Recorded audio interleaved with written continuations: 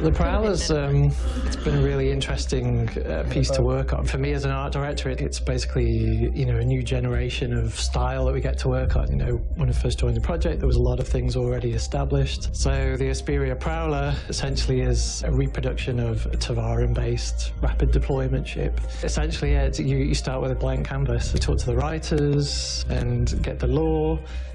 Speak to the other art directors. You know, kind of, this is probably the first time we've really all probably sat down right before the get-go and just said, okay, what are the things that we're focusing on for these guys? Josh had already done some character work, so we took a little bit from that, but you know, characters don't look like ships necessarily. You know, like attack helicopters, and according to the lore, the architecture is meant to be based on Henoism. So we've sort of been going for a very sort of slab-sided, you know, brutalist kind of feel. That's, you know, that was kind of the initial brief. Slight hint of, you know, Egyptian. As we discussed further, I mean, that was there at the start, and it's very slightly still there. But in total, this has had 6 concept artists on it from start to finish, because we had a very tight deadline.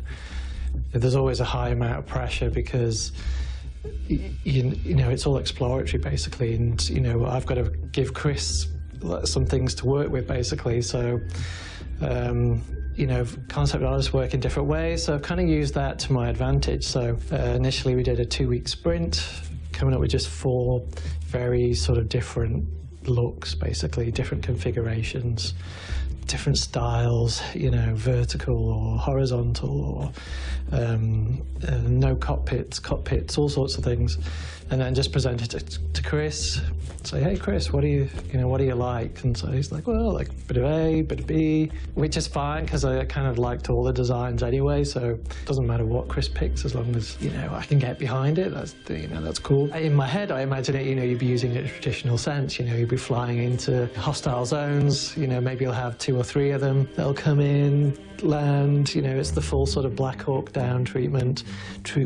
Troops jump out, and then the pilot and co-pilot just whiz off to safety. The emotional feel of it, basically, you know, when you see this, you know, it should be just like, heck, you know, what's this flying in? It's been more dealing with shape language, the cut of the lines, you know.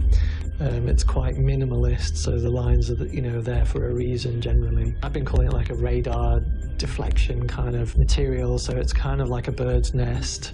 It kind of feeds into the whole avian feel of the ship. And then the interior, we've gone quite different to what we've been doing for the human ships. It's basically quite oppressive. It's like this dark red, and it's all dark red. I was sort of thinking at the time that, you know, basically when you see the troops come out, if they come out of this exit, because there's multiple exits, right? You know, it's coming out of the mouth of hell, basically. So it's just got this dark red, and then you've got this oppressive black hole kind of thing.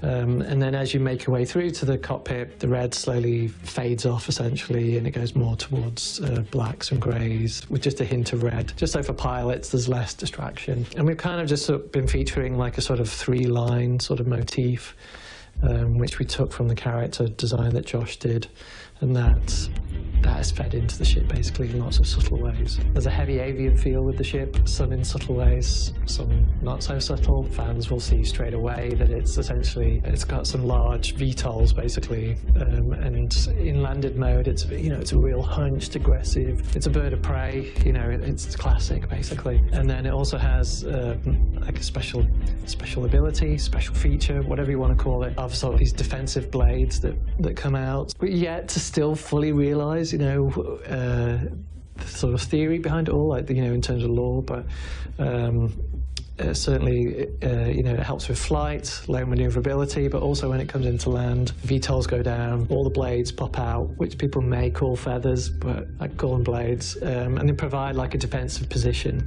So when the troops come out, and they, you know, that again, you've just got these huge doors that open up, and rather than just one large single sliding door, which often these ships have, we've got 4 individual essentially gates, and those have Tevarin shield tech in them. So it's kind of like the Idris in the hangar. You know, you fly out and you go through the force field.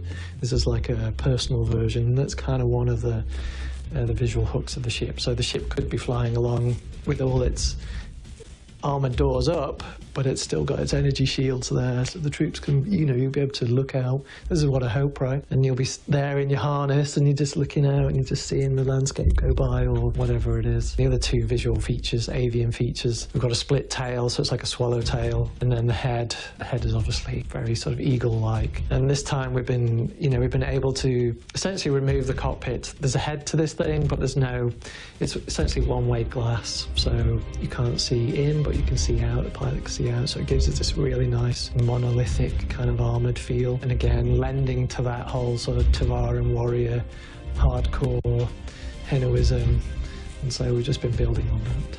I think as players they'll really dig it, and I mean there's nothing like it in the Star Citizen universe at the moment.